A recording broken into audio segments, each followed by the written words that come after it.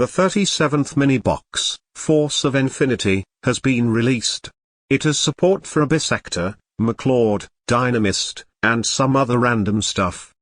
Abyss Actor is a pendulum archetype based on setting Abyss scripts on the field and activating them.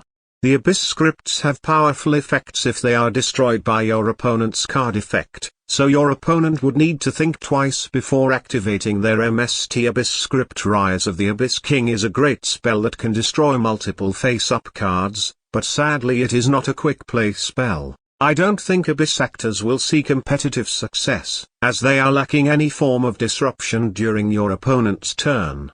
You won't have a lot of deck space left for staples like Book of Moon because your deck will be filled with mostly pendulum monsters and Abyss scripts, or else you risk breaking.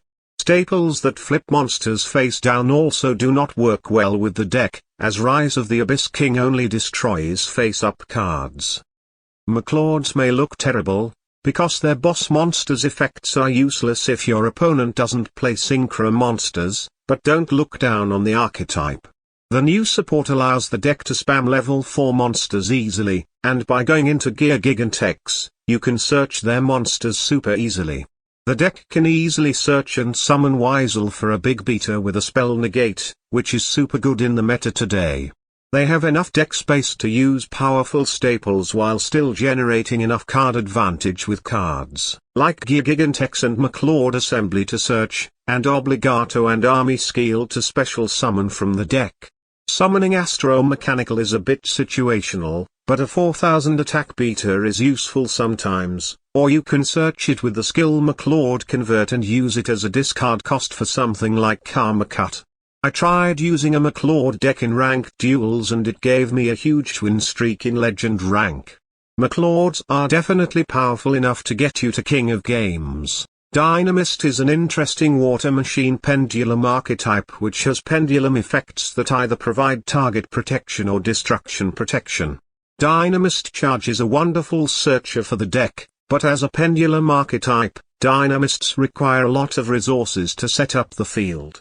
While the protection from the pendulum effects are nice, they destroy themselves after protecting your monsters, which means it only works once. They also have quite low attack stats, which makes them hard to compete in competitive matchups. Perhaps the most notable card in the entire box is Santa Claus, which special summons itself to your opponent's field by tributing one of their monsters. Most importantly, it doesn't use up your normal summon like Lava Golem.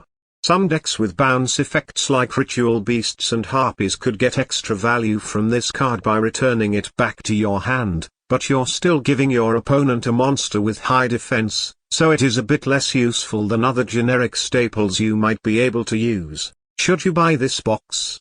No, unless you are a McCloud or Abyss Actor fan. Even though I think McCloud could be competitively viable, it's probably better to invest on other decks that are more powerful. Thanks for watching. Goodbye.